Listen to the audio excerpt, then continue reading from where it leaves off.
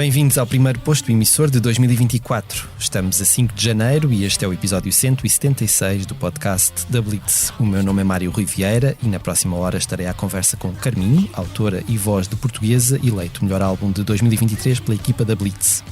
Esteve connosco neste mesmo estúdio há menos de um ano, precisamente para apresentar Portuguesa, mas desde então muito se passou na sua vida. Entre espetáculos um pouco por todo o mundo, tirou um tempinho para cantar para o Papa Francisco no âmbito da Jornada Mundial da Juventude, em Lisboa, subiu ao palco com os Coldplay, em Coimbra, participou no filme Pobres Criaturas, do realizador grego Yorgos Lanthimos, que estreia nas salas portuguesas no próximo dia 25, foi nomeada para um Grammy Latino, acompanhou o amigo Caetano Veloso na sua passagem pelo Coliseu de Lisboa e conheceu Taylor Swift. Motivos de sobra, claro, para a convidar de novo para se sentar à conversa comigo. Olá, Carminho. Bom dia. Bom dia. Bem-vinda de volta ao nosso cantinho e obrigado por estares aqui. Muito obrigada, eu.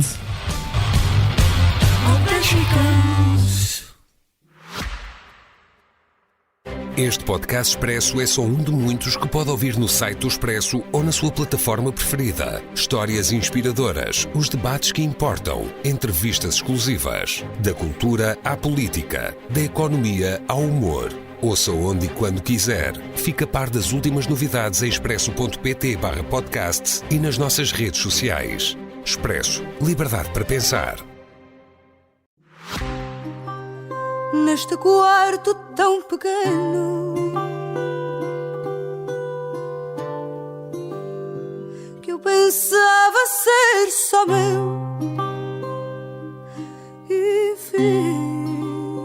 filtra-se um tal veneno. Antes de passarmos em revista este teu 2023, que foi assim cheio e muito rico em termos profissionais e pessoais também, certamente, pergunto como é que foi a entrada neste novo ano? Onde é que foi a festa? A entrada deste novo ano foi bastante tranquila e feliz, ao pé de amigos. Foi na Bahia, Salvador da Bahia. E sim, foi passada com o Caetano Veloso, com outros amigos, uma coisa bastante simples, mas que já é uma premonição de coisas que vêm aí e também de uma amizade que é profunda e que se mantém e que é de facto muito enriquecedora, sobretudo para mim. E depois de um ano intenso destes, há de ter sido bom foi relaxar. Ótimo. Foi assim, ótimo descansar. Já não sabia o que era isso há imenso tempo. E ali, de facto, és obrigado a parar. Tudo anda muito devagar, é tudo muito quente, há muito calor. E foram dias fantásticos. É que foi um ano intenso de trabalho, mas também um ano intenso de emoções, não é? Que tanta coisa a acontecer, há de ter sido assim, a dada altura conseguir assimilar tudo. Só quando paras é que percebes, espera, isto, não sei se és pessoa de fazer balanços, de olhar para trás e pensar, pá, este ano, isto e aquilo, mas assim, no geral, há de ter sido... Eu acho que eu sinto que é necessário ser-se grato e para isso é importante também rever, passar pelas coisas sem que elas fiquem. A mim não faz parte da minha personalidade. Eu tenho muitos cadernos, escrevo muitas coisas, então é da minha personalidade acabar por rever e pensar o que é que aquilo trouxe, não só naquele imediato, mas de alguma maneira em diferido.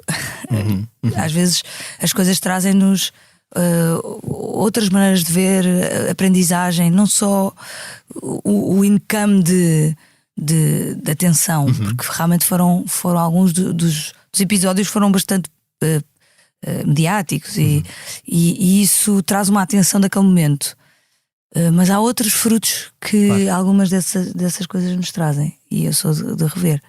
Sim, foi bastante intenso, mas na altura, quando se está ali, é preciso não parar. Claro, é concentrar e não olhar para os lados, não é?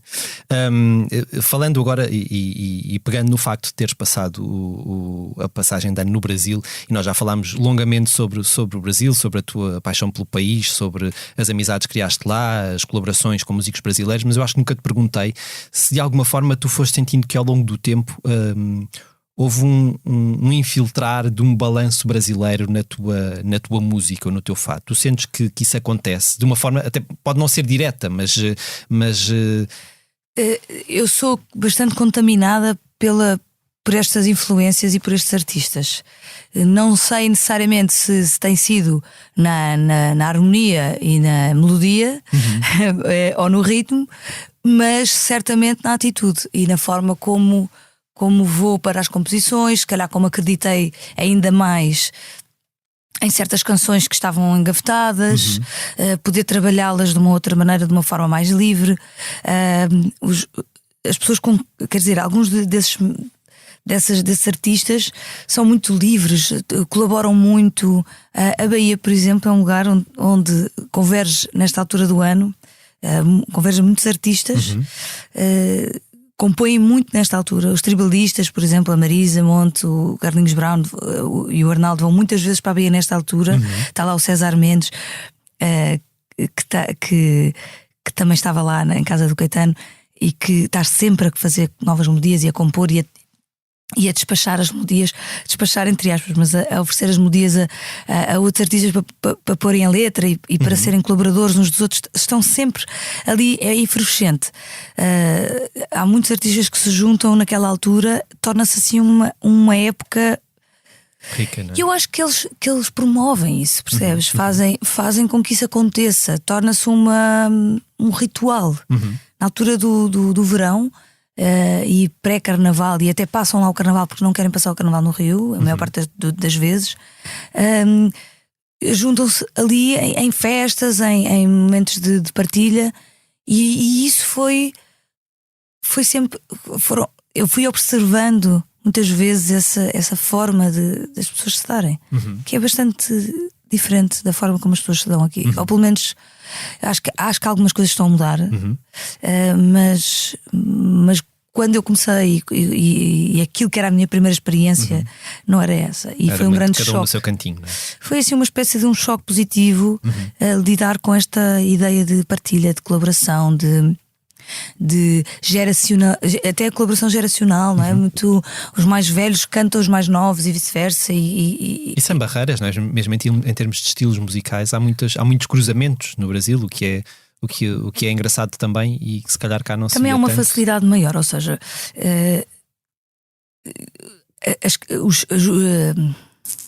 as canções ou os géneros musicais têm as suas características e há de facto géneros mais porosos. Plásticos, mais porosos e mais plásticos e mais versáteis do que outros. E não é ser-se mais carrancudo, ou é simplesmente a cultura que nasce e que floresce à volta daquele género, ou simplesmente características da língua. Nós sabemos que o português no Brasil rima muito mais facilmente com muitas palavras do que o português de Portugal. Portanto, a possibilidade de letras e de canções que surgem só por essa característica ser tão abismalmente diferente, a semântica que se pode utilizar nas canções brasileiras é muito mais rica, porque ela é muito mais plástica.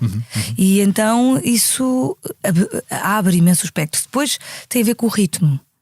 A parte rítmica tem uma capacidade também de modulação e de aproximação das pessoas que muda bastante, e por isso é que o fado, de alguma maneira, existe esta vontade constante de fazer com que o fado seja mais popular.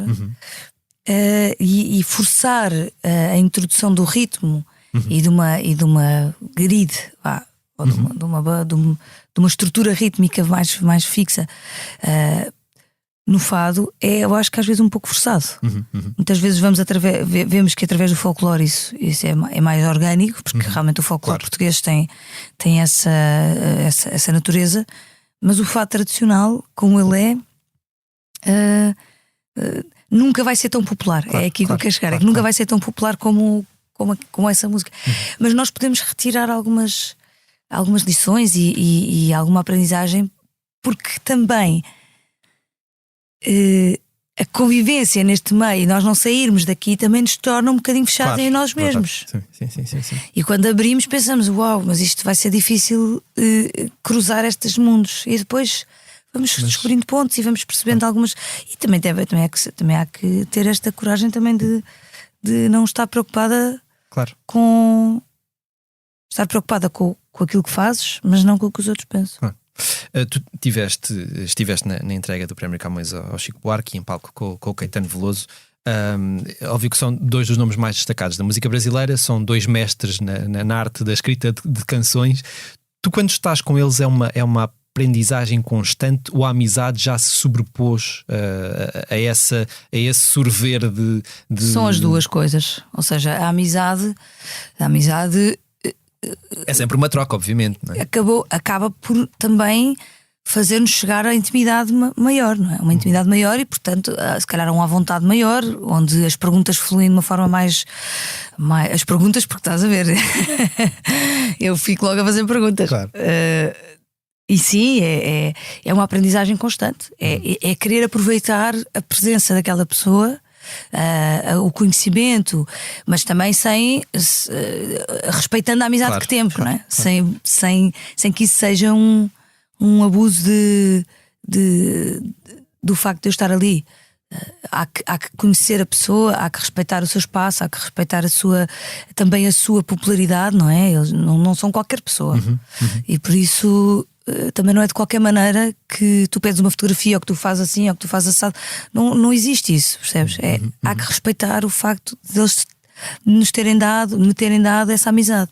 Então realmente as coisas passam por um lugar muito mais profundo, muito menos visível aos olhos dos outros, mas onde eu, felizmente, quer dizer, onde eu aprendi imensamente. Estes dias foram muito ricos. Contam-me imensas histórias da altura em que da ditadura brasileira, em que ele foi preso, pormenores que eu se calhar não sabia, não é? Claro. E que são pormenores que ele contaria, se calhar, se alguém lhe perguntasse, mas é preciso ter esse lugar, e às tantas surgem coisas. E tu vais percebendo como é que ele compõe, ou qual é o tempo que ele deixa. Quer dizer, coisas que me interessam também do ponto de vista da criatividade e do método com que as coisas aconteçam, sendo que as coisas não são transponíveis de um artista para o outro assim automaticamente. Certo. É só na experiência do outro, no mundo do outro, tu ganhas mundo, e assim tu ganhas perspectiva. Regressando agora ao português, de que forma é que tu sentes que estas viagens todas que tu fizeste pelo mundo a mostrá-lo o transformaram, ou transformaram a visão que tu tens destas canções, deste disco?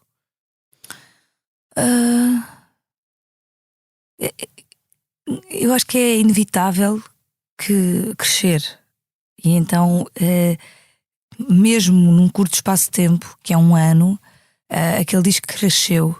E eu cresci, e aqueles músicos cresceram, e muitas vezes os episódios da minha vida que surgem depois disso vêm explicar essas canções. Às vezes é o futuro que explica as canções, o porquê que elas surgiram ali. É curioso, porque a intuição está sempre um bocadinho num lugar temporal indistinto.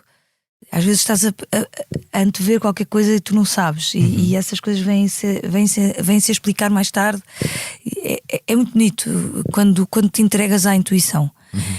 Pronto, ou então és só tu a querer interpretar dessa forma, ou sou só eu a querer ser romântica e interpretar dessa maneira. Talvez também seja possível, mas eu acho isso bonito. Mesmo aí, acho que há poesia nessa forma de ver, e elas crescem porque tu te deparas com a reação também dos outros. A reação a este disco foi incrível, foi inesperadamente incrível. Não que eu não quisesse, não é? Ou que não esperasses que eu não esperasse que fosse bom, mas aquilo que aconteceu eu não esperava. Eu não consegui premeditar aquilo. As canções entraram de uma forma muito mais fluida do que outros discos. É de uma forma prática, não sou eu a romantizar. Estas canções chegaram às pessoas de uma forma muito mais rápida do que as canções de todos os outros meus discos. E vejo pessoas a pedirem canções de agora, destes discos, deste último disco portuguesa. Não sei, senti uma proximidade maior, senti que as pessoas compreenderam melhor que eu estou a fazer um caminho. fizeram uma ponte entre o Maria e a Portuguesa de uma forma bastante natural. Há também uma sensação de crescimento porque houve um aprofundar de algumas ideias do Maria, mas que foram mais desenvolvidas no Portuguesa, e eu estou já a tentar explorar ainda melhor para um próximo disco. Já estou a trabalhar num disco novo. E por isso tem a ver com o fado, tem a ver sobretudo com traduzir uma tradução daquilo que pode ser o fado, e das pessoas também estarem mais familiarizadas com isso. E o que eu sinto é que às vezes o fado é muito conhecido de toda a gente, mas depois muito desconhecido de cada um. Há às vezes há certas barreiras na tradução do que é, às vezes, de onde vêm os poemas, um bocadinho como as regras do jogo. Quando tu conheces as regras do ténis, tu apaixonas-te. Até lá são só dois tipos a mandar bolas um para um lado um para o outro. Mas quando percebes as regras do jogo, eu acho que aquilo é apaixonante. Tu não consegues parar de ver. A mim aconteceu, estou a falar da minha experiência. Eu adoro ver ténis. Não suportaria jogar, acho eu. Não tenho nenhuma atração pelo jogo em si, mas para assistir ao ténis eu acho aquilo fantástico. E dá-me imensa metáfora para o próprio fado, porque quando tu começas a perceber o que é que são os fados, a forma como tu consegues trocar as letras das músicas, como consegues manipular essa ideia de género musical que é clássico e que é de standards, de alguma maneira. Tu vais a uma casa de fados e tu estás a ouvir clássicos, mas talvez seja o único género musical que tu estejas a criar com as peças que já tens. Porque tu chegas a um bar de blues e tu ou há artistas que vão fazer os seus autorais, como se diz no Brasil, os seus inéditos, e aí estás sujeito a um cantor-autor, como qualquer outro cantor-autor, apesar de ter alguma linguagem, ou então aqueles clássicos do blues que todos conhecem, não é? No fado tu fazes novas combinações e estás a trazer um mundo novo com aquilo que já existe, ou escrevendo novas letras, mas para fados que melodias que já existem, que tu já reconheces, que os músicos, mesmo que tu não conheças os músicos conhecem a música que tu vais cantar. E essa dinâmica é muito rica, e quem está a assistir começa a apaixonar-se cada vez mais por aquilo, ao compreender, a perceber as pequenas nuances de uma interpretação. Estás a ver? Um fado cantado pela Amália, ou pelo Camané, ou pelo Marceneiro, o mesmo fado, às vezes até com a mesma letra, tem nuances, tem interpretações. O que é que fez com que aqueles músicos reagissem, alterar a forma como os músicos respondem com melodias que o fadista acabou de fazer. Quer dizer, quando tu começas a ficar sensível e atento a estes pormenores, aquilo começa a ser realmente ainda mais entusiasmante. O que eu acho engraçado, e não sei se calhar é a minha visão, eu acho que cada um de nós cria uma ligação muito individual com o fado. Se calhar há outro tipo de músicas que é mais, outros géneros musicais que são mais de comunhão. Certo. E com o fado acho que há uma ligação muito individual, não é? Mesmo quando estás numa casa de fado ou a ver um concerto de um cantor de fado, estás muito ligado, até porque individualmente. Porque é um solista até. Claro. Ou seja, nem sequer é muito aberta a grandes colaborações e duetos, e é um pensamento ou é um sentimento de uma pessoa, e que o tem que dizer do princípio ao fim. E que vai direto a ti, não é? Que e vai direto a ti. Então fica realmente essa. Eu também sinto o mesmo que tu. Agora,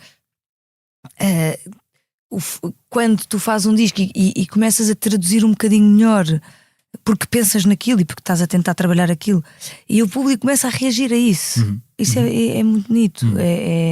Olha, começam a fazer perguntas sobre fado, começam a fazer perguntas sobre os vários artistas, sobre aquela melodia é tua ou é antiga, percebes? E isso é. Pegando nessa ideia e pegando na pergunta que eu te fiz anteriormente, Espanha, Moçambique, Brasil, Estados Unidos, Canadá, entre uma série de outros países,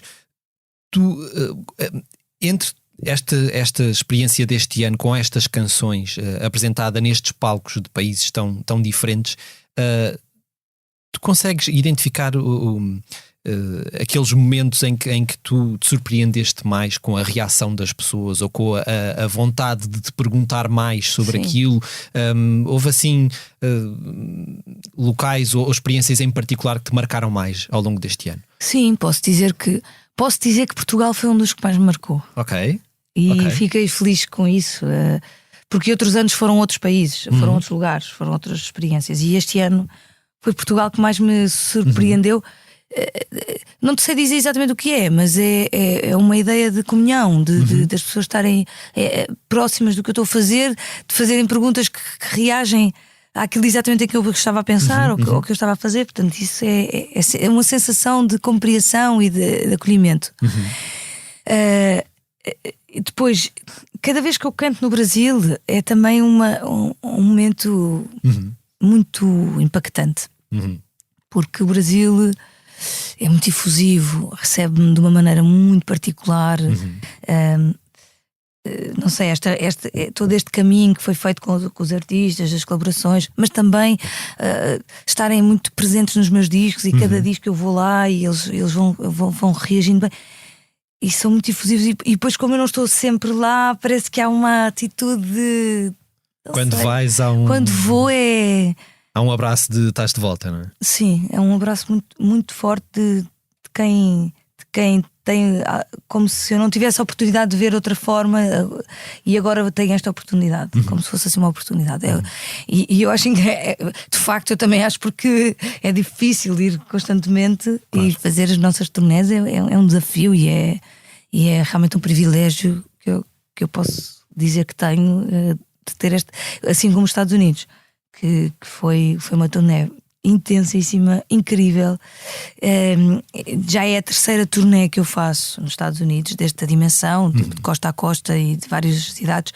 Repeti várias cidades, mas noutros lugares, perceber que o público vai aumentando, que o público é muito variado, porque também os Estados Unidos é uma mistura de muitas culturas, e foi também uma experiência muito intensa. Foi desde, sei lá, de salas de 1000 pessoas a clubes pequeninos. Em Chicago fiz um clube incrível, o City Winery, que são coisas assim muito dispares também, pelo caminho que estamos a fazer e a trilhar, e fico muito orgulhosa. Quando nós falámos inicialmente sobre o Portuguesa, tu disseste-me que é um disco que fala sobre a tua relação com algo mais metafísico, a que precisas de aceder, mas através daquilo que és e com as fragilidades que tens. Nessa mesma conversa tu falavas da tua obsessão pela afinação também, ali a dado momento. E o que eu te quero perguntar é, quando olhas para trás, tu consegues perceber se hoje é mais fácil para ti lidar com as tuas fragilidades e aceitar que num ou noutro momento da tua vida tu vais desafinar, seja no canto ou seja na própria vida. Estou mais em paz com isso, sim. Mas sentes que houve um momento, obviamente que a maturidade que vamos ganhando. Vou-te dizer mais, quando eu estava mais preocupada era quando eu falhava mais. Porque eu agora olho para trás e vejo que quando eu estava muito, muito preocupada com isso, estava mais tensa. E isso ouve-se. Claro. Eu ouço. Espero que ninguém ouça. Mas eu ouço. E quanto mais é isso, é encucada, preocupada. Acho que todos os artistas às vezes criam umas certas paranoias com as suas inseguranças, não é? Pegam nas inseguranças e há ali uma paranoia que se desenvolve, e a lucidez é aquilo que te ajuda a afastar-te, obviamente, da imersão completa na paranoia. E mete medo. Enquanto tu estás um bocadinho lúcida, tens medo da paranoia. Quando já não estás, já não tens medo. Eu também não sei o que isso é, graças a Deus, porque... Ou não estou a julgar. Estou a dizer é que gosto de estar num lugar em que eu tenho controle da minha vida. E cada vez que eu me deixava levar por esse tipo de medos, eu deixava de ter controle sobre o que cantava, sobre a forma como reagia em relação aos outros, em relação a mim. Por tentares controlar demais, perdias Por tentar controlar demais, e por ter muito medo de falhar, e por ter muito medo do erro, ou por não querer que aquilo fosse um... Então acabava por fazer pior, porque é um bocadinho como os músculos, ficas muito tenso e é mesmo fisicamente. Sim. Quando tratas de afinação, também Claro. isso também é assim, fisicamente. Mas depois na vida, este já é uma metáfora. Ficas com o cu muito tensa e os músculos ficam muito à defensiva, com medo que venha alguma coisa, não sei o quê, e então tudo fica forçado, é de uma forma diferente. E assim, são coisas muito pouco perceptíveis aos outros, acho eu, porque só quem me conhece muito bem, também não são assim tantas pessoas, ou eu. E na verdade a mim é o que mais me importa. Aquilo de que tenho mais medo é de estar iludida na minha vida, no meu trabalho, na percepção que tenho daquilo que estou a fazer. Tenho imenso medo da ilusão, de estar a criar uma ideia de mim que não é real, de estar a pôr-me numa posição que não é a minha, percebes? Sempre tive imenso medo disso. Acho que se calhar isso me salvou de algumas tentações. E acho mesmo que isso foi uma vantagem, esse medo todo. Porque enquanto tinha muito medo de me deslumbrar, de criar uma fantasia sobre e agora cantaste com o Chico Buarque, é um bom exemplo, não é? Claro. Agora és uma artista não sei o quê. E não és. Não sou. Sou o que eu for fazendo. Claro. Eu sou tão boa quanto a última coisa que fiz. Eu acho que houve alguém que disse isso. Sim. Não sei quem é que foi, já não me lembro. Mas tu és tão bom quanto a última coisa que fizeste. E se calhar nem sempre as coisas são igualmente boas. Claro. E vão sendo, não estão sempre a crescer. E, portanto, e o que é bom e o que é mau é uma coisa também muito. Também relativa. Mas eu digo relativa, da própria experiência daquilo que eu penso sobre mim. Não? Claro. Agora, tentando contornar ou disfarçar a deselegância de falar da tua idade, há um número redondo que se aproxima. Não é? Tu lidas bem com isso? A passagem do passar do tempo é algo que te angustia ou de alguma forma, ou tu aceitas bem as marcas físicas e emocionais do passar do tempo? Depende dos dias. Ok. Hoje estou super jovial. A aceitar os 40 que aí vêm com imensa tranquilidade. Ontem não. Ok. Depende da... Não sei, eu acho que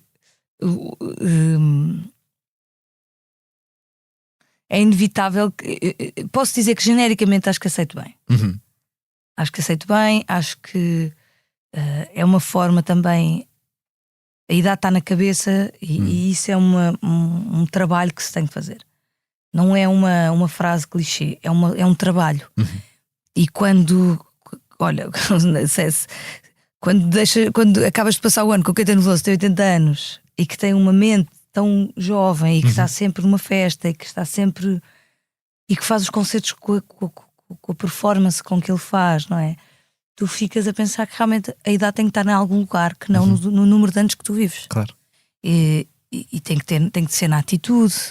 E depois e é aí que quando tu dizes o que é que aprendes com eles, eu acho que tem a ver com isto, é a atitude. É uma pessoa super tranquila, super em paz, dedica-se somente à sua arte, não pensa na burocracia da vida, tem essa sorte. Sim. É super gentil com toda a gente, com todas as pessoas com quem trabalha, ele é de uma gentileza. E isso depois dá saúde. Eu acho que isso dá a idade, dá juventude, não é dá a idade, dá-te juventude. Pode ser esse um caminho, há outros caminhos certamente, e isto que falávamos anteriormente eu acho que também é um dos caminhos, a relaxar no teu erro, relaxar na exigência que tens contigo mesmo. Eu acho que as mulheres sofrem mais, não é inevitável, não há dúvida nenhuma. Não vale a pena. Eu acho que ninguém contraria isso, mas se há uma única pessoa que está a contrariar isso, eu discordo dessa pessoa. As mulheres sofrem muito mais, têm uma exigência, têm uma pressão sobre elas, não só da sociedade, que é injustíssima, mas da própria biologia. A biologia da mulher é diferente. Claro. A biologia da mulher cansa a mulher muito mais. Transtorna a mulher sistematicamente ao longo da vida, muito mais. E portanto a capacidade da pessoa estar em paz consigo e feliz e bem é mais difícil. Eu acredito que o desafio é maior para as mulheres. Mas isso também não é sabido, não é? Agora, sim, às vezes, ultimamente tenho pensado, bolas, eu vou fazer 40 anos. É que são estas datas redondas que nos fazem fazer aqueles. É um bocado parvo, não é? mas ao mesmo é tempo verdade. toda a gente diz. E os 39 anos é assim uma coisa dolorosa. Porque parece que tu. E sabes o que é que me E depois aconteceu? começas a ver as pessoas a rigir este ano, vou fazer 30 e tu pensas, 30. E é o que pensam as que fazem 50. Sim, exatamente. Agora quando eu falo, mas há qualquer coisa agora que me aconteceu que foi, por exemplo, comecei a ver pior de um dia para o outro. Okay. E isso transtornou-me. Eu ainda não uso óculos, como podes ver. Mas eu acho que preciso. Estás em denial ainda. Eu estou em denial. Eu não quero fazer a homeopatria. Como é que se diz? A optometria. Eu não vou dizer. não vais. Não vou entrar dentro da semântica Exato, dessa lógica, porque, enfim, são pequenas coisas que eu senti neste último ano que de repente eu fiquei mais velha. Tipo, houve um dia que eu liguei a uma amiga minha e disse assim: pronto, passei para o lado de lá. Ou para outra, para o lado de cá, que eu agora estou no outro lado. E foi assim bastante visual, bastante físico. Depois a pessoa, lá está. Depois a vida acontece e tu vais andando. Os dias continuam a passar e nós relativizamos, e é importante também nunca esquecer que ainda temos também outras coisas que ainda são muito jovens. Claro. E esses lados. Agarraste a essas coisas, não é? Exatamente. Essa... Não vejo bem, mas sei lá, faço outras coisas ainda muito jovens. E como eu disse no início, a equipa da Blitz elegeu o Portuguesa, o melhor álbum de 2023. Tu és pessoa de fazer este tipo de. Quando chegas ao final do ano, pensas tipo, o que é que eu ouvi mais este ano? Tu consegues, para além do teu álbum, obviamente, pensar num disco que tenha marcado particularmente, um ou dois ou três, que tenham marcado particularmente no último ano? Se me perguntares, eu sou capaz de fazer. Um dos discos que marcou imenso foi o Rough and Rowdy Ways do Bob Dylan.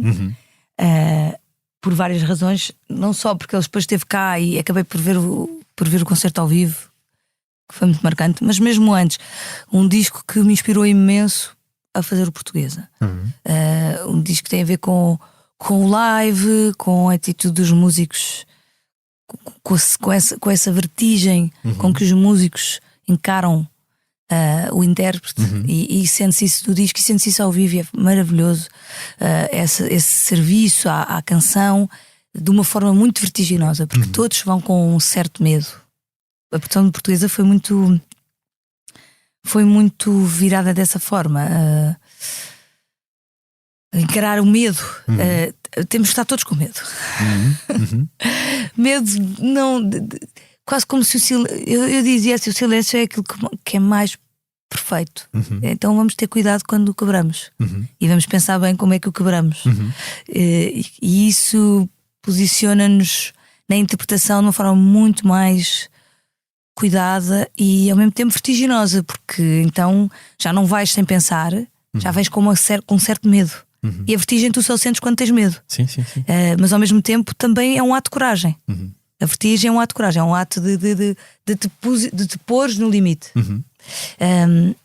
E isso é que permitiu conseguir alguns silêncios ao longo dos fados. Esses pequenos silêncios, sente-se esse lugar do parámos todos à beira do precipício e ninguém fez nada. Porque se tu começares a produzir um disco e cada um vai para a boot fazer a sua parte, tu vais esperar que venha o silêncio para começares a tocar. Claro. E aí já arruinaste aquele momento. Tu não vais tocar em cima do teu colega. E é uma experiência mais segura, controlada, não é? Na verdade. Sim, muito mais busy. E eu tenho assim um bocadinho de. Eu sou um bocadinho anti-virtuosismos.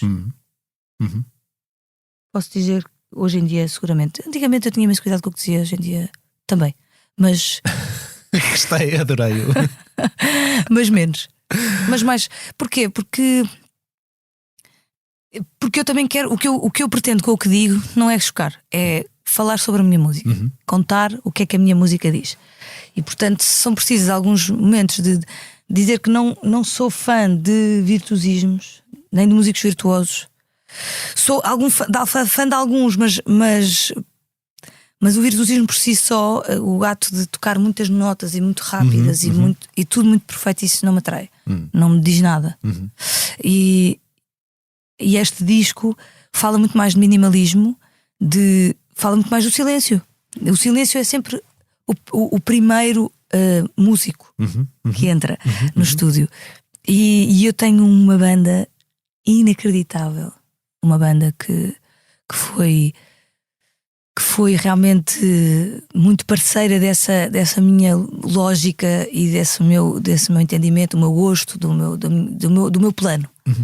E cumpriram com o meu plano. Eles foram parceiros do meu plano, com o seu talento e com a sua criatividade, e deram imenso ao disco, mas foram seguindo um plano que eu tracei, e essa generosidade eu devo-lhes sempre, porque o resultado do disco é também graças a essa entrega, essa dádiva de cada um deles. Sobretudo, quer dizer, por razões diferentes, no fado, uma contenção daquilo que para eles já é óbvio, eles já sabem muito sobre aquilo, percebe? Os dois fadistas que lá estão, originalmente fadistas, que nasceram no fado, que é o André Dias e o Flávio Cardoso, eles já sabem muito sobre o fado, sabem tudo. Portanto, escolher o que é a parte mais difícil, porque tudo é possível. E então foram muito generosos também nessa. Eu deixei as pistas, e então vão seguindo pistas do que nós não queremos ouvir, mais do que tudo. E depois outros músicos, como o João Pimenta Gomes e o Pedro Geraldes, que vão à descoberta de um novo mundo, do novo mundo, que é este som que acaba por ser único, que é a junção destes instrumentos nestas canções.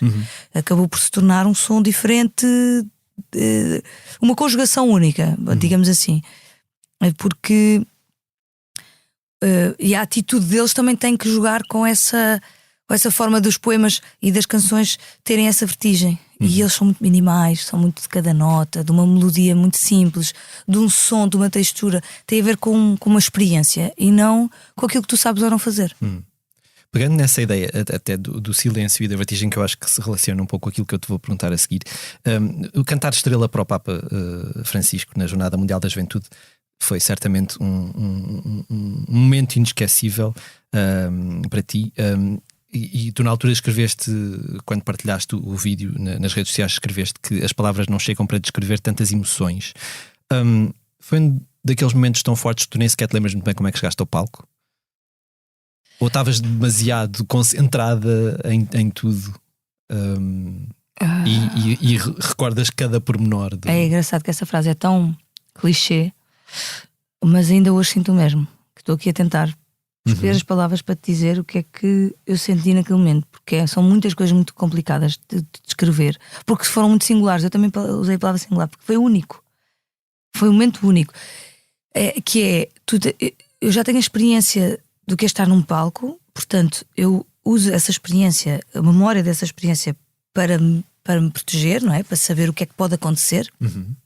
Ao mesmo tempo, do ponto de vista técnico, é muito complicado, que é um palco que tem 1,5 milhão de pessoas à frente, ou seja, não sei quantas torres de delay para ouvir, para toda a gente ouvir. Portanto, aquilo que tu ouves, a massa de som que tu ouves em cima do palco, não vale a pena sequer in-ears, porque para quem não sabe, nós usamos in-ears para nos ouvirmos, porque o palco engole todo o som. E portanto havia um medo, primeiro um medo enorme do que é que eu ia ouvir, porque eu não podia fazer line check, nem ensaio de som nunca fiz ensaio de som com todas as torres ligadas. Claro. Portanto foi sem rede, na verdade. Portanto foi completamente sem rede. Eu não fazia ideia qual era o som que eu ia ter, se eu me ia ouvir, se eu ia ouvir a guitarra, o tom da guitarra, não sabia nada. Aliás, até houve um falsa partida. Soubeste? Não. Houve uma ou outra televisão que passou, houve outras que não. Mas eu vou contar. Porque houve uma falsa partida. Porquê? Porque a minha deixa era: o André dava o sol e o sol ia ficar mute, porque eu ia entrar à capela e eu, para ter noção do tom, ele ia dar uma nota para tu seguir. E eu começava o tema naquele tom e seguia sempre à capela. Só que o técnico, quando sentou o André, E eu estava de costas para o André. Não vejo o André, estou de frente, assim de lado, de frente para o Papa e para o Santíssimo Sacramento, e um bocadinho aos 3/4 do público. Pronto. Eu não vejo o André. E quando o técnico senta o André, diz: faz um line check só para ver se a guitarra está. E ele fez um sol. E eu comecei. É a minha dica. Só que eu não vi que não estava a dar, não se ouvia nada, ou seja, só estava a ouvir nos meus Inês, então eu parei. Então há um momento em que algumas televisões passaram eu a uma falsa partida. E eu assim, bolas, não acredito. Enfim, mas isso até é bonito, porque aquilo estava bastante sem rede. Aí eu virei-me para trás, tanto que as pessoas perceberam que eu estava a olhar para trás e não sei o quê. E uma das televisões diz: agora sim. Eu acho que foi o vídeo que eu vi. Ele diz mesmo: diz agora assim, sim. Agora sim. Tu não viste o que para trás, mas claro, eles viram. Ele diz então, isso. enfim, isso não interessa nada, não me preocupei nada. O que é que aconteceu depois? Para além dessa parte técnica, que é muito alucinante. Tu tens 1,5 milhão de pessoas à frente, é uma experiência, há de ser uma experiência meio extrasensorial, não é? Porque a dada altura. Eu estou com o Santíssimo Sacramento à frente e eu sou uma pessoa que eu não escondo. Sim. Eu não escondo a minha devoção, a fé que tenho e a fé que tenho também neste momento e neste Papa. Este Papa é muito importante para o mundo, na minha perspectiva de mundo. É um Papa que está a integrar a Igreja, porque eu sou da Igreja e eu também não gosto de me sentir de não me sentir bem em casa. Percebes? É um bocadinho essa a perspectiva. Eu não gosto de me sentir bem em casa, e quando tu vês uma pessoa que está a proporcionar uma casa que é mais aberta e que tem a ver com a tua maneira de pensar e onde tu te sentes realmente em casa, então tu percebes que tudo aquilo que te fez crescer na fé, então tem mesmo uma ligação. Eu senti-me tão ligada, tão profundamente conectada com a minha oração. Eu estava a rezar. Na verdade, eu não estava a cantar para alguém, eu não estava numa performance, eu estava numa oração minha. Um bocadinho como todos os peregrinos estavam lá. Eu às vezes dava a dizer que eu vi muitos peregrinos a darem águas, outros a darem pães com manteiga. Eu estava a cantar o Estrela. Eu estava a fazer a minha parte, a tua dádiva. Exato, a minha dádiva naquele momento de peregrinação. E eu peregrinei até ali e cheguei e dei aquilo que tinha. E foi muito emocionante. E ainda bem que não foi mais, porque senão podia ter comprometido a própria performance. Mas pronto, eu estava a dizer 1,5 milhão de pessoas à frente, e o facto de teres o Papa à tua frente também, tudo isso. Como é que tu controlas os nervos nestas situações de maior responsabilidade? Eu pergunto isto porque, na verdade, a ideia que eu tenho de ti é uma pessoa que consegue, ou já aprendeu, ou já é mestre na arte de controlar os nervos. Eu não sei se é assim que tu te vês ou não, ou se é isso que... Eu aprendi muito, não sei se sou mestre, mas já aprendi, já mudei muito em relação a isso. O que eu faço é concentro-me no que vou fazer. E preparo muito antes. Eu trabalho imenso antes para que aquilo não me traia. Por isso é que eu estava-te a dizer que estes pormenores que eu não conseguia prever são aqueles que podem te trair. Quando a pessoa trabalha pouco, não se prepara, acha que... E isto acontece imensas vezes, que é quando estás a tocar um instrumento, aquilo já sai no ensaio, sai tudo bem. Quando vais para cima do palco sai mal. Sempre, é inevitável. Eu não sei como é que é. E por isso, quanto mais se pões em situações, e depois no ensaio, fui lá fazer o ensaio uns dias antes, com a orquestra e tal. Mas aquilo sempre tem a ver com a prática, com as 10.000 horas. Tem tudo a ver com as 10.000 horas. E quanto mais tu fazes, mais evitas detalhes que o inesperado te trai. E depois tem a ver com a mente. Tu tens que te concentrar no que vais. Eu tenho que me concentrar no que vou fazer. Não se eu começo a pensar no 1,5 milhão de pessoas, ou quem é que está ali. Claro. Ou as televisões estão a mandar para o mundo todo. Se eu estou-me a pôr a mim no centro, de repente eu é que me traio a mim mesma sempre. Portanto, se eu não me puser a mim no centro, se eu puser outra coisa, eu tenho mais. Isto é maior do que eu, isto é maior do que eu, portanto, vamos concentrar nisso. Cantar a balada da despedida também, frente a milhares de pessoas, acompanhada à guitarra pelo Chris Martin dos Coldplay, eu suponho que certamente não era uma coisa que te passasse pela cabeça que fosse inesperado acontecer, não é? Foi inesperado. Como é que foi o contacto com ele e com a banda? São pessoas simpáticas? Como é que foi toda essa experiência de estar ali em palco, de foi contactar muito com engraçado. eles? Olha, já foi inesperado, não foi nada tão esperado como a história do Papa, como a performance para o Papa, ou a oração para o Papa. Foi muito mais inesperado. Foi um dia para o outro, a Bárbara Bandeira liga-me: Carminho, queres vir cantar comigo no meu concerto de abertura? Eu quero, claro que quero, vou cantar e fomos cantar o Onde Vais. E depois disso saltou para o Chris Martin, que quer fazer o Coimbra, sei que mais, gostava imenso que tu cantasses também com ele e tal. Enfim, foi de um dia para o outro. Eu ainda foi assim sem perceber muito bem o que ia acontecer. E depois é assim, nestes casos é realmente encarar as coisas com simplicidade. Não é? São artistas que têm realmente muito público, muita visibilidade, mas são artistas, são músicos, fazem o mesmo que nós. Claro. E depois o que pode variar é que realmente essa visibilidade toda e esse tipo de produção que têm pode torná-los pessoas diferentes daquilo que nós estamos habituados. No caso não é assim. Ele é uma pessoa super acessível, super simples, super generosa, porque fazer isto também, de chamar os artistas de outros países, quer dizer, é uma generosidade grande. Ele não tem que fazer isso, ele não precisa de fazer isso. Claro. Ele quer dizer, por outro lado, também o humaniza, também o torna culturalmente mais interessante, se calhar, e portanto, de alguma maneira também é da agenda dele fazê-lo. Não estou aqui a pô-lo a fazer-nos um favor, não é? Não foi isso que ele nos fez. Mas a dimensão dele podia evitar essa parte. E aconteceu uma coisa engraçada que foi curioso, também posso contar. Estavas a dizer como é que foi a experiência, estar lá, se eles foram simpáticos, não. Aconteceu uma coisa engraçada que foi: eu estava à espera de entrar e aqui os camarins eram todos ali um bocado próximos daquele corredor onde eles entram, e eu não sabia se eu estava ao telefone e já estava toda a gente aos gritos, já, olha, o concerto vai começar, eu quero ir ver o concerto começou. E eu entrei, saí do meu camarim e fui direto à porta do estádio, que é assim uma porta de lado com umas cortinas, e eu abro as cortinas de repente e tenho um corredor de seguranças e de gente a olhar para mim assim, e eu vim embora, saí logo assim. Aquilo estava tudo à espera deles, eles ainda não tinham entrado.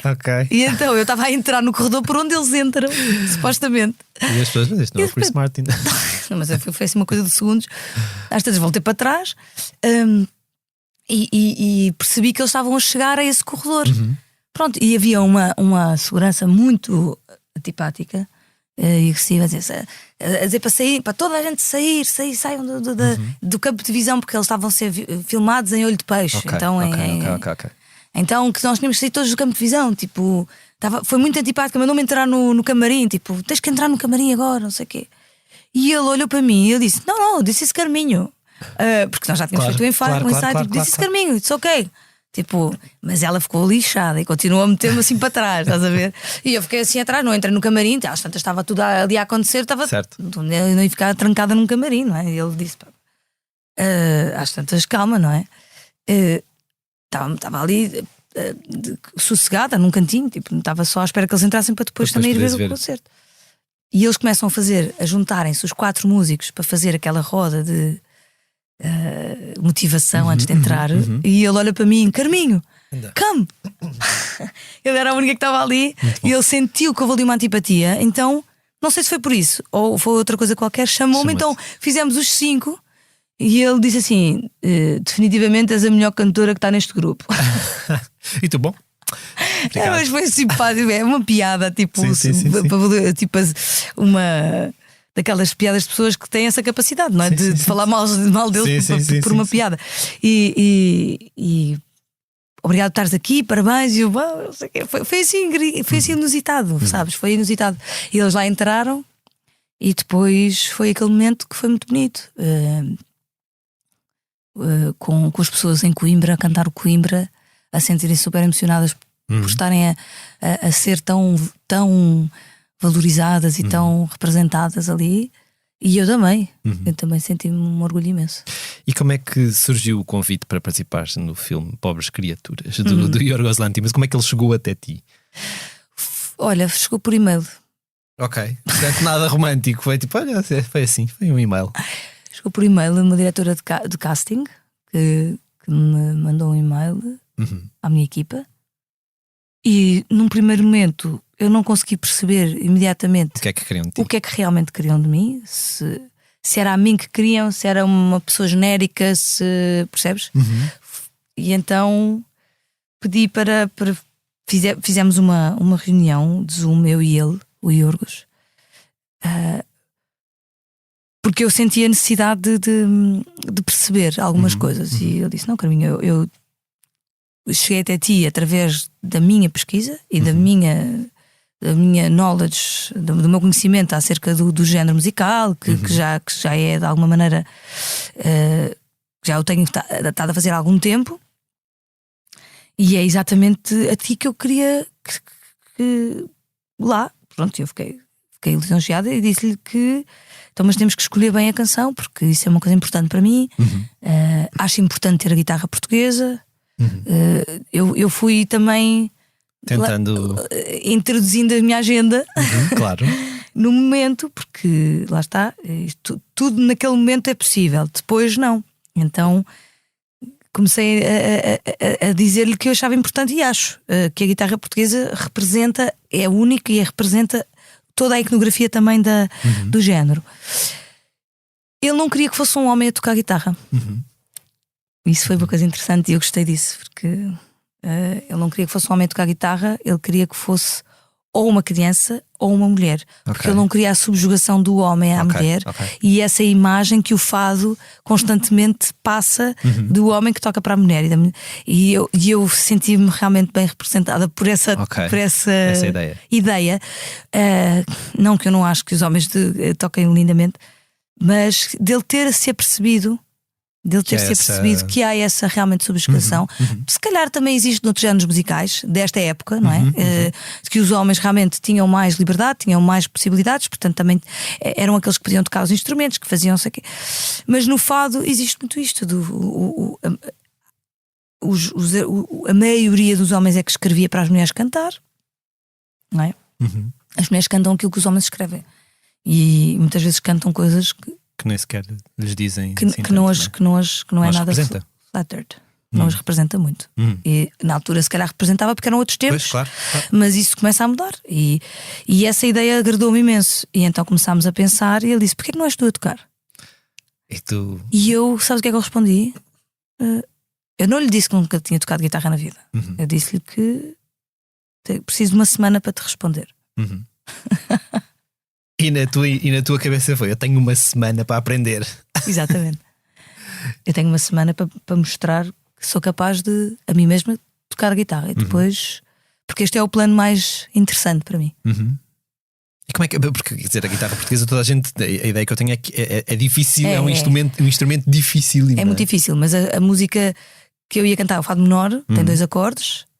No quarto, isso, a escolha da letra também foi interessante com ele, porque o quarto foi escrito por mim. Então, na verdade, eu continuo a trabalhar aquilo que me interessa, que é esta ideia de uma transversalidade temporal que a cultura do fado tem, de não se fixar.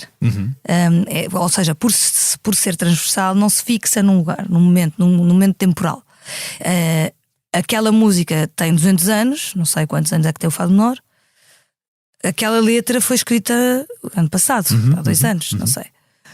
E então é um bocadinho essa ideia também que o filme traz, o surrealismo muito presente, também temporal, porque os fatos, o guarda-roupa remete muito ao século XVIII. Mas depois eu ainda não vi o filme, obviamente. Mas depois ela usa óculos escuros e super futuristas, e ela está num outro tipo de calções curtos. E há elétricos a flutuar. Eu não vi o filme a flutuar, não é? Sim, o tempo não está instalado. É um tempo dele, mas é um tempo que tem algumas referências de alguns lugares. Eu estou a cantar, vou dizer. Pois eu ia te perguntar onde é que foi filmado. Onde é que foi filmado? Em Budapeste. Ok. Mas eu vou-te cantar isso melhor. Mas eu estou a cantar vestida do século XVIII, com um avental enorme com as armas portuguesas. Ok. Curioso. E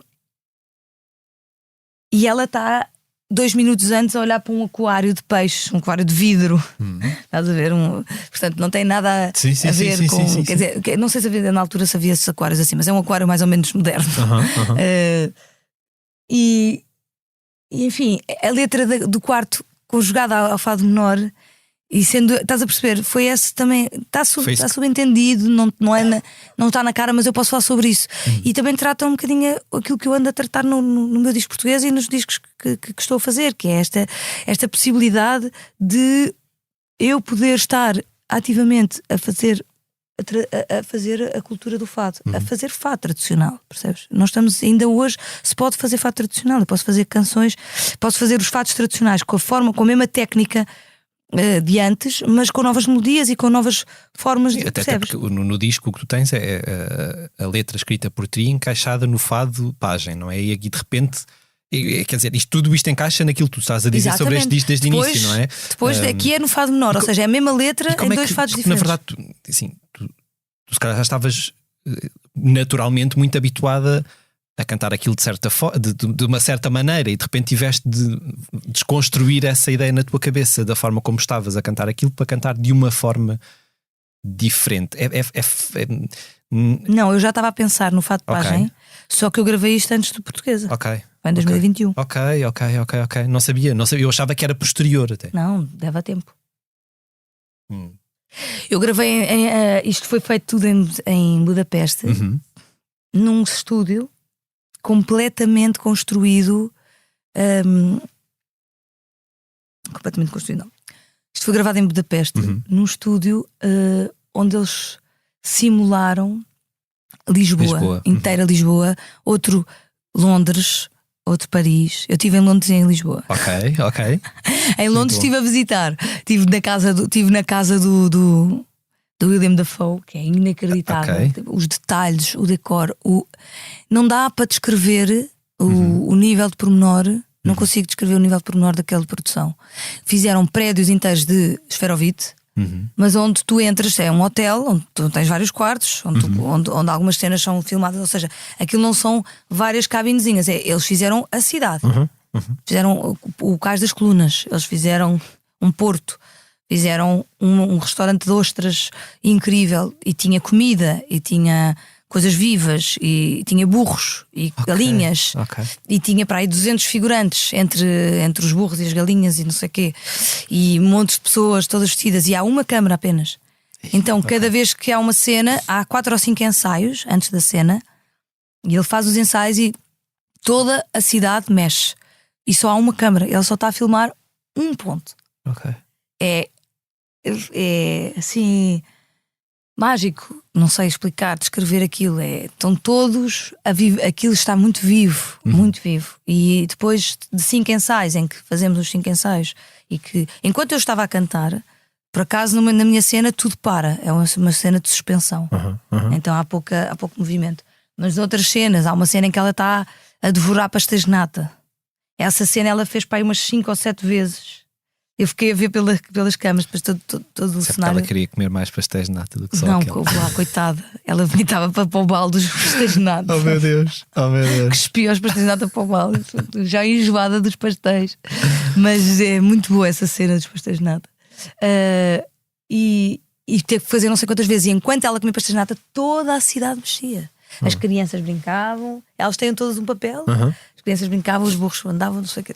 E foi um nível de produção que eu nunca tinha visto na minha vida. Voltando à guitarra portuguesa, só para te perguntar, quão estranho ou surpreendente ou recompensador foi tu veres-te naquela posição com uma guitarra portuguesa a tiracolo? Olha, foi recompensador, foi reconfortante, foi um orgulho saber que eu consegui fazê-lo, sabes? É uma superação. Eu sempre tive esta questão. Eu tenho uma questão de não saber tocar um instrumento para me acompanhar. Sempre tive essa questão. E só não tenho porque sou preguiçosa. Se eu quisesse, eu podia acompanhar-me. Certo. E eu acompanho-me, eu componho nos instrumentos, eu componho no piano e na guitarra. Algumas canções eu toco. Ou seja, estou a ser um bocadinho dura comigo, mas na verdade não estou longe de poder sei lá, fazer um concerto sozinha. Não é que eu queira, não tenho essa ambição, percebes? Não tenho mesmo. Mas é uma possibilidade que tu podes ter em mãos. E quando eu parei aquela semana para começar a ensaiar a guitarra, os primeiros 2 dias eu estava assustadíssima. Os dedos doíam um horror. Aquilo era uma tortura. Mas treinei, ensaiei, consegui tocar, foi incrível. E depois respondi-lhe: sim, Yorgos, eu toco a guitarra portuguesa, confia em mim. Passado, sei lá, vários meses de produção e de várias questões, não sei o quê, fui para Budapeste muitos dias antes fazer testes de guarda-roupa, de cabelos, de maquilhagem, de não sei o quê. Tudo controlado por ele. Ele via tudo, cada teste, cada pormenor, muito intenso. Vi algumas cenas a serem filmadas, lá está, do filme. Também foi muito interessante poder estar lá, ver o William Dafoe fazer uma cena hilária que há com ela dentro de uma charrete. Ou seja, eu agora já vi o filme e eu sei qual é que é. A cena de fora era só uma charreta a abanar, eles aos gritos lá dentro, e nós não sabemos o que é que estava a passar lá dentro. Aquela magia do cinema de já viste do outro lado, não é? Exatamente. Foi muito engraçado. Tu voltaste a tocar na estreia do filme em Nova Iorque, obviamente um momento que fez correr muita tinta por várias razões. E antes de entrarmos em território perigoso, que os fãs da Taylor Swift são muito vorazes de toda a informação que haja, eu gostava de saber com que impressões é que ficaste da Emma Stone, do Mark Ruffalo, com que impressão é que ficaste deles naquele momento que já é mais descontraído, não é? Porque a dada altura, quando estás em set com eles, há de ser muito. Sim, o contacto é muito diferente. É diferente, mas ela foi sempre muito, muito próxima, muito querida. Ela recebeu-me mesmo no set. Ela também é produtora do filme, portanto, de alguma maneira o filme também é não, de alguma maneira não, o filme também é dela. E ela recebeu-me dessa forma, de braços abertos, interessada pelo aquilo que eu estava a fazer, da música, a elogiar-me. Às tantas ainda fizemos um contacto mais próximo, percebes? Então quando foi a minha vinda para os Estados Unidos, quando eles me convidam para ir à premiere, eu combinei com ela essa surpresa da guitarra. E foi... Reproduziram um pouco aquilo que acontece no ela filme, teve essa ideia. Eu vou, porque às tantas já estava-me a sentir assim, bem, não sei como é que isto vai correr. E ela, tu tens que me ajudar. E ela: I will. Eu vou-me pôr em pé a simular a nossa cena. E aquilo tipo, fez sentido. Foi tudo a cabeça dela. E depois, naquele restaurante em particular, quando eu cheguei, foi o filme, nós fomos assistir ao filme no teatro, e depois fomos todos para o restaurante. E quando eu chego ao restaurante já estão centenas de pessoas, não é? Os convidados todos, não sei o quê. Aquilo foi muito improvisado, não teve produção nenhuma. Eu chego ao pé dela com a guitarra na mão, estás a ver? A guitarra, e ela: let's do it. E eu: vamos fazer. Então ela começou a olhar, subimos para umas escadas, ela começou a... E ela: já sei, eu fico ali, tu ficas lá em cima e as pessoas cá em baixo. E realmente era perfeito, porque aquilo havia três níveis. Eu lá em cima, ela a meio de uma escada, e depois o público cá em baixo. E foi muito emocionante, porque acho que aquilo era realmente um jantar volante, uma coisa barulhenta, e de repente do nada cala-se tudo. E tiveram essa experiência do filme e deles estarem a oferecer uma coisa especial aos convidados. E foi muito bonito. E como é que se deu então esse encontro com E reparaste que eu estava em cima de umas caixas? Eu percebi que aquilo, o varão era. Porque eu chego ali, quando ela me diz: tu vá, ficas ali, eu chego ali, eu tinha um efeito natalício na cara. Não dá, de repente havia um DJ e nós olhámos para o chão, vimos umas caixas, começámos à procura das caixas. Foi muito improvisado, foi bonito também por isso. Não teve premeditação. Tal como terá sido o encontro com a Taylor Swift. Que impressões é que vocês trocaram? Tu és um fã da Taylor, já estou a ver. Não particularmente, pronto. Mas tenho curiosidade por saber como é que aquilo chegou ali, porque eu só consigo perceber ela a dizer algo como: fizeste um ótimo trabalho. É a única coisa que eu percebo daquele vídeo. Que impressões é que vocês trocaram? Não sei se te diga. Não sei. Aquilo foi uma conversa bastante privada. Não, estou a brincar. Digo-te, nós estávamos a falar exatamente sobre a questão da guitarra portuguesa e sobre o facto de ter sido o Yorgos a desafiar-me a tocar a guitarra, e de eu até então nunca ter nunca ter tocado antes. E que aquilo foi mesmo o filme que me proporcionou aquilo. Pronto, e depois eu devo ter dito qualquer coisa como: pronto, é o que é. Não é tecnicamente perfeito, mas isso também não importa naquele momento, percebes? E ela diz: What you're talking about was perfect, was amazing. Ou não sei o que é que ela disse. Foi What you're talking about foi porque eu estava a dizer: pronto, mas eu aprendi a tocar, mas não aprendi ainda a técnica da guitarra. Eu sei tocar, eu arranho a guitarra. E ela foi simpática a dizer: não, que é isso, o que é que estás a dizer? Foi incrível, foi bonito. Pronto, e tivemos ali um bocado a conversa sobre várias coisas, sei lá, sobre o mundo da música, sobre o facto de ela ser uma grande inspiração neste caminho dos artistas serem mais independentes e de quando começam serem logo detentores dos seus próprios masters. Também é uma Pois é, aquela situação, é um conselho que eu também dou a todos os artistas que começam. Essa é uma das prioridades, que seja mais difícil ou não. Hoje em dia também é mais barato fazer discos, que os discos sejam feitos por vocês, por cada um de nós, artistas, e que nós possamos ser donos da nossa propriedade intelectual e depois distribuamos, quer dizer, e que hajam outras entidades, como as editoras, como os managers, que possam depois tirar um royalty disso pelo trabalho que fazem, mas que os masters sejam próprios, e ela nunca conseguiu. Pois. Sim, Na verdade, ela contornou a situação de uma forma brilhante. De uma forma brilhante, graças também aos seus Swifties, porque os Swifties é que acabam por proporcionar ela ter as Taylor versions no ativo e eles completamente boicotarem todas as versões antigas do gravadas anteriormente, que não são dela, e isso é uma força, um poder enorme. Mas inspira os artistas a terem. Eu não acredito que os artistas possam fazer este trabalho de indústria, ou seja, da indústria discográfica e das pessoas fazerem concertos e lançarem discos sozinhos. As pessoas não fazem nada sozinhos. Nós sempre precisamos de parceiros, precisamos de pessoas que nos ajudam no caminho, das editoras, dos managers, dos bookers, todas estas pessoas. Mas eu não acredito que isto tenha que ser em que o artista tenha que se subjugar a estas funções. E muitas vezes uma perspectiva bastante antiga é que há uma atitude meio piramidal, alguém que centraliza tudo. E sim, pode existir isso, mas desde que haja respeito pelo trabalho do artista e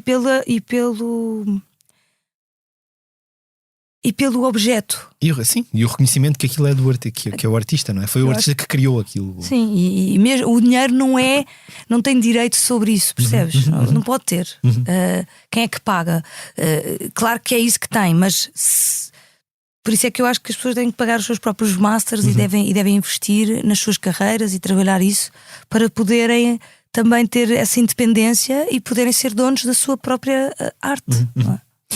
Bom, se tudo correr bem, eu já percebi que o filme, tendo em conta todas as nomeações e prémios que venceu até agora, estará lançado para os Oscars, o que me faz recuar a um dos excertos da nossa conversa do ano passado, que mais sucesso fez entre os nossos leitores e ouvintes, aquele em que tu falavas do brinde que fizeste com o Ricardo Pereira, com ele a dizer: um dia vou ganhar um Oscar, e tu a dizeres: um dia vou cantar com o Chico Buarque. Se o Pobres Criaturas ganhar o Oscar de melhor banda sonora, ele também será um pouco teu. Tu estás preparada para dar 2-0 ao teu amigo? Coitado.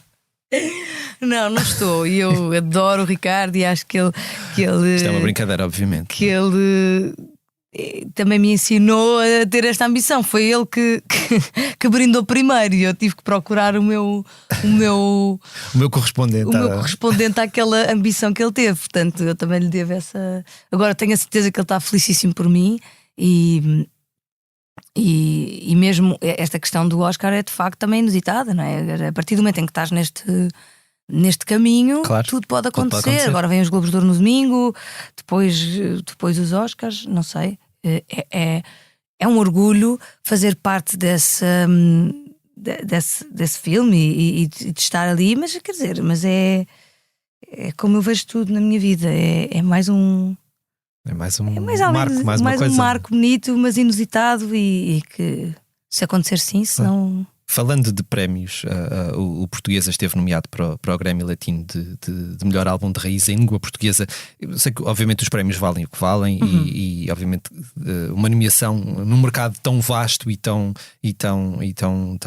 cheio de gente de valor é obviamente uma grande conquista, mesmo que não ganhes, o que foi o caso. O que eu queria perguntar é: sentiste de alguma forma que aquela nomeação, por ser um prémio que se chama Grammy, se teve algum impacto direto tu sentiste, por exemplo, que surgiram mais convites para ir tocar a um determinado sítio, ou se esse impacto não se vê assim de uma forma tão imediata quando acontecem estas coisas? Acontecem, vê-se muitos pedidos de entrevista, vê-se mais interesse, porque há certos canais que não estão virados para aquilo que eu estou a fazer, mas estão virados para o que o Grammy está a fazer. Exato. E então quando o Grammy, por isso é que isto são os prémios mais importantes, na verdade, da indústria, porque a indústria foi feita pelos americanos, mais ou menos, assim, em traços gerais, e eles tomam muito bem conta dos seus prémios e daquilo que é a sua própria indústria. Portanto, por isso é que fazem de tudo uma gala. Exato. Eu acho isso até uma forma americana de fazer. A gala do cinema, a gala disto, a gala daquilo, e a gala da música. E portanto, um dos prémios mais... E isso acaba por ser um selo. Quando também passa a estar dentro de uma biografia Grammy nominee, claro, está ali. É para aqueles que estão à procura de um ponto de referência. Aquilo já é um ponto de referência, não é? E pronto, e isso acaba por trazer ao conhecimento de mais pessoas a minha música. É uma coisa positiva. Quando a Sara Tavares nos deixou em novembro, tu partilhaste uma fotografia com ela e escreveste sobre o Estrela, a mesma canção que cantaste para o Papa. Essa canção foi inspirada em ti. Tu lembras-te do momento em que conheceste a Sara e as boas memórias que guardas dela? Eu tenho falado obviamente ao longo deste tempo, desde que ela morreu, com várias pessoas, e há muita gente que fala da capacidade de ouvinte da Sara, a capacidade e que as conversas eram sempre uma coisa muito, muito intensa com ela. A tua ligação com ela também foi muito por essa partilha de conversa e de... Foi uma amizade muito, muito profunda, muito ligada à música, muito ligada também ela era generosa nesse sentido, porque ser ouvinte, mas depois quando...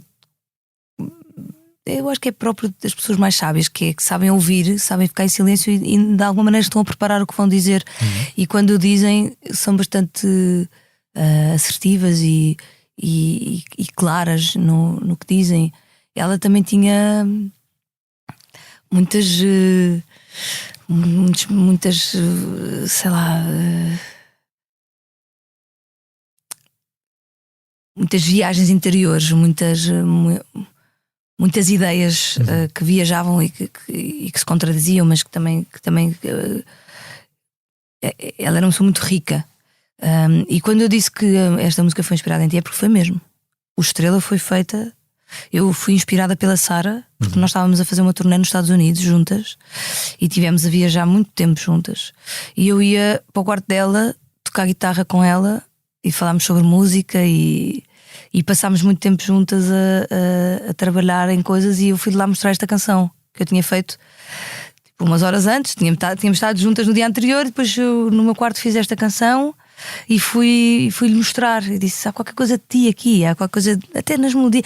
Aliás, as primeiras gravações, das primeiras demos desta, sou eu a cantar um bocado como a Sara, tipo, tu és a estrela. É assim uma coisa assim muito Sara. E eu fui limando à minha maneira quando gravei, mas ela é que me ajudou a tirar os acordes, estás a ver? Eu dizer, não é esse, é por aqui, por ali. Estivemos ali a trabalhar os acordes e depois cantámos esta música juntas. Cantámos esta música juntas, não só nos Estados Unidos, logo, a música ficou pronta, então tínhamos logo os concertos, então fizemos a música juntas, mas também cantámos na Hora do Planeta, que foi um concerto lindo, ali no Parque Eduardo VII, que era numa altura em que, não sei se hoje em dia continuam a fazer a Hora do Planeta, que apagam-se as luzes todas. Sim. E fizemos um concerto à luz das velas, eu e ela. E toda a temática tinha a ver um bocadinho com. Havia o Ponto de Luz e És um ponto pequenino, uma estrela pequenina, não sei o quê, umas músicas dela. E cantámos as duas o Estrela. Até acho que isso está no YouTube. E não sei, essa música ficou sempre muito ligada à Sara e a minha pessoa ficou sempre muito ligada à pessoa dela.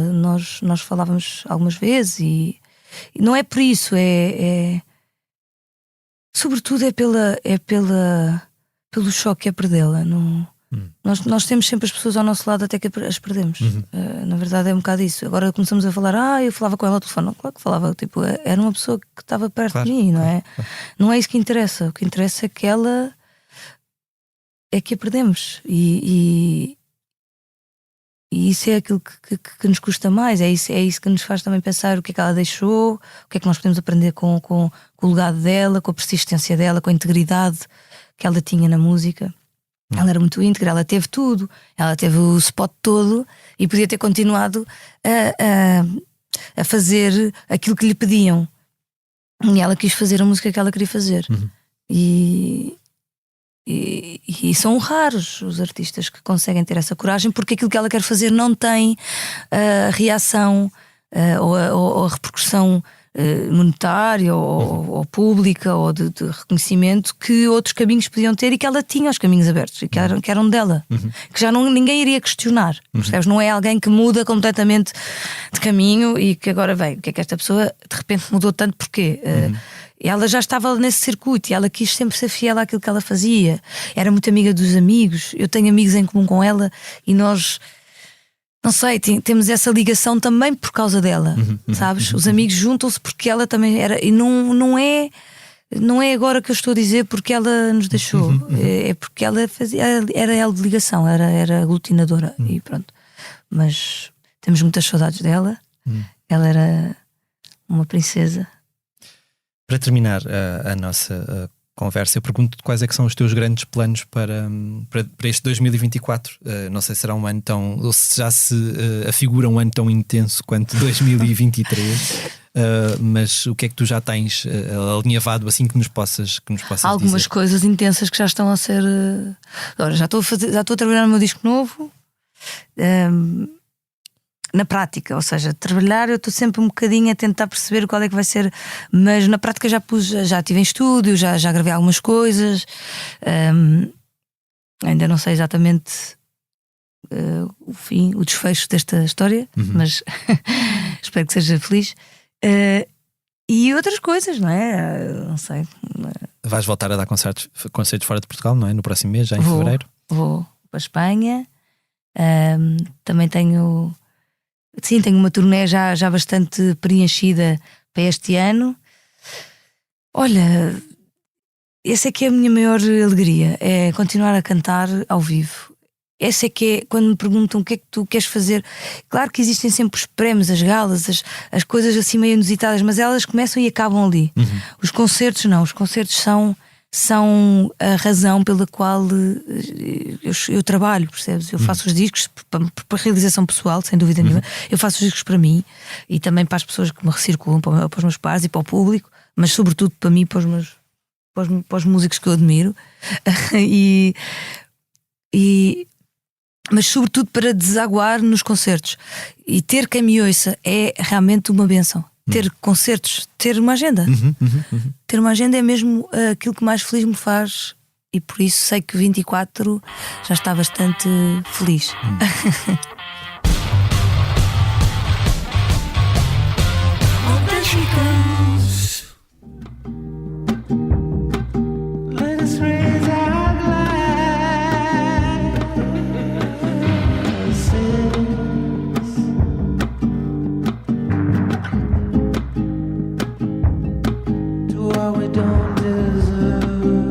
Com mais um ano a começar, debruçamos-nos sobre os álbuns já confirmados para os próximos meses e aqueles que deverão ser editados ao longo de 2024.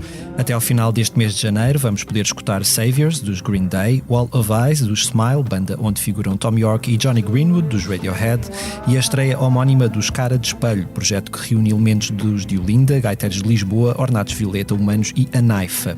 Em fevereiro chegam Cedo ou Tarde, de Luís Severo, Tank, dos Idols, This Is Me Now, de Jennifer Lopez, e o novo da fadista Terezinha Landeiro. Março traz a estreia homónima da sul-africana Tyla, Glasgow Eyes, dos Jesus and Mary Chain, Soma, de Branco, e Blue Electric Light, de Lenny Kravitz. Neste primeiro trimestre, ainda sem data confirmada, chegam também Atlas, o novo dos Três Tristes Tigres, e Batedeira, dos Bateu Matou. Daí em diante esperam-se novos discos de Billie Eilish, Blind Zero, Coldplay, The Cure, Dino de Santiago, Dua Lipa, Ivandro, Os 4:30 e Cia.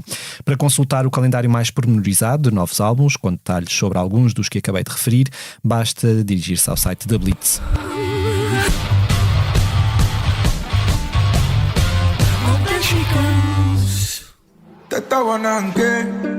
Quanto tempo vai te encontrar? Difícil não ver. Quanto tempo vai nos custar? Um dia eu vou tomar a banda da assalto pra matar saudade, pra gente voltar. Depois eu vou tomar o mundo da assalto, que eu não tô cansado.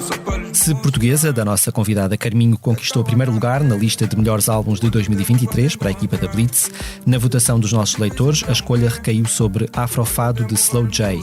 Marcando esse feito, publicámos uma longa entrevista ao músico luso-angolano, na qual não só nos falou do caminho que trilhou até este seu terceiro disco, como das questões identitárias que se infiltraram nas novas canções, do encontro de irmãos com Sara Tavares, da pressão do sucesso e da vontade que tem de ajudar a tirar a fotografia à sua geração. Ainda não tirei muitas conclusões em relação ao que este álbum é para as pessoas, mas temi uma reação muito pior, confessou-nos Slow J. Tinha medo de que as pessoas o vissem como um álbum no qual as coisas não foram ditas até ao fim. Ao mesmo tempo, tinha sempre uma segurança, à qual fui voltando ao longo do processo, a ideia simples de que Afrofado é única e exclusivamente a minha experiência pessoal. O álbum nunca foge disso. Para ler a entrevista na íntegra, basta procurar por ela no site da Blitz. Na revista do Jornal Expresso, que chega às bancas esta sexta-feira, poderá encontrar também um artigo de Lia Pereira sobre Terra que Vale o Céu, o novo álbum de Ricardo Ribeiro. Segundo a jornalista, nele o fadista aprimora um fado temperado pelos sons do Mediterrâneo e pelas cores da sua nação adotiva, o Alentejo. Quando canto fado, o que faço é manter determinadas características que fazem com que se perceba que é fado, assumiu o artista na conversa que serviu de base ao artigo.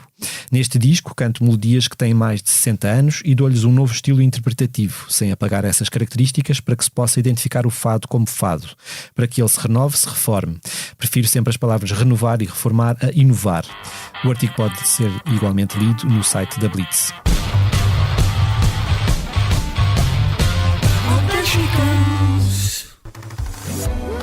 Fazem mais barulho que um chão. E eu só queria que calassem a boca. Os chilreares solteiros e até já soa o chão. Faz eco na cabeça cada vez mais ok. Deixo-vos agora com os destaques de concertos marcados para os próximos dias, começando pelas vindouras datas da Digressão de Carminho, a nossa convidada. Este sábado, 6 de janeiro, sobe ao palco do Cineteatro António Lamoso, em Santa Maria da Feira. No dia 13, atua na Casa das Artes de Famalicão. E no dia 19, canta no Fórum Luísa Todi, em Setúbal. Esta sexta-feira, dia 5, Bruno Pernadas apresenta-se no Rivoli, no Porto, e Mimi Cat no Convento de São Francisco, em Coimbra. A festa de Dia de Reis, Ouro, Incenso e Birra regressa ao bairro de Marvila, em Lisboa, no sábado, com concertos de Filipe Sambado, Baleia, Baleia, Baleia e 800 Gondomar, entre outros, e DJ sets de Alex Dalva, Gaspar Varela ou Cláudio Guerreiro. Também no dia 6, os Gift sobem ao palco do Teatro Virgínia, em Torres Novas, e José Cid atua na inauguração da Rock Station, nova sala de espetáculos lisboeta. No dia 10, Miguel Ângelo e Samuel Lúria juntam-se no palco do Teatro Maria Matos, em Lisboa, para dar início ao ciclo Conta-me uma Canção. E Camané canta no Teatro Cinema de Faf.